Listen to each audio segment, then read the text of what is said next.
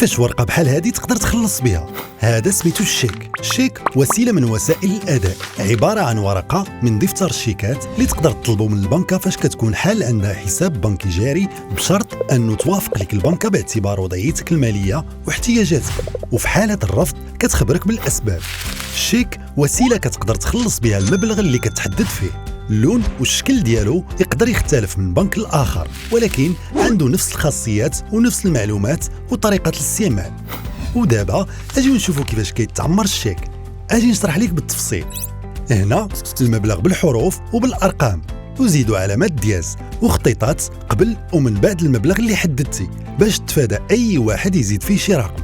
موراها السميه والكنيه ديال المستفيد او اسم المؤسسه المستفيده في حاله كانت شركه او جمعيه او غيرها من الاشخاص الاعتباريين.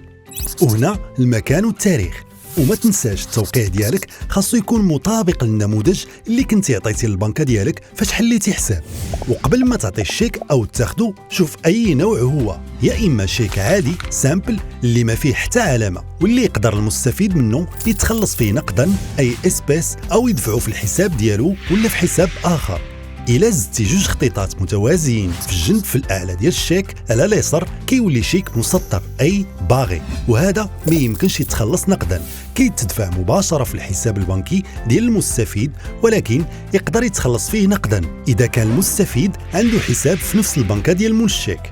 إلا كتبتي NE يعني نون اندوسابل غير قابل للتظهير، كيعني أن الشيك ما يمكنش يستافد منه غير الحامل الأصلي، وفي الغالب هو اللي الاسم ديالو مكتوب فيه وما يمكنش يعطيه لشي حد آخر يتخلص فيه. الشيك يقدر يكون في نفس الوقت شيك مسطر وغير قابل للتظهير.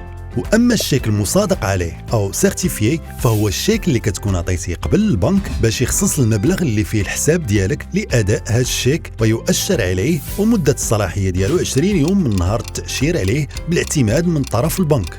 ونزيدك معلومة مهمة كتخص جميع أنواع الشيك، راه مدة الصلاحية هي عام و20 يوم ابتداء من التاريخ اللي صدر فيه، وكيف ما كان التاريخ اللي مكتوب فيه ممكن للشخص اللي غادي تعطيه ليه يمشي يدفعه ويتخلص فيه في الحين وطيلة مدة الصلاحية. ورد البال قبل ما تعطي الشيك خاصك تتأكد أن المبلغ ديالو عندك في الحساب، وعرف مزيان تسير فلوسك في الفترة قبل ما يتدفع الشيك باش تفادى تطيح في مشكل الشيك بدون رصيد. راه أي خطأ في توفير مؤونة الشيك أو التلاعب كيتعتبر مخالفة للقانون وكتبعها عواقب. وما تنساش الشيك هو وسيلة أداء فورية وماشي ضمانة، واللي خدا الشيك أو عطاه على سبيل الضمان راه كيعرض نفسه للمتابعة. ودابا هانت عرفتي شنو هو الشيك وكيفاش تستعمله وتتعامل به، وبالك هاني.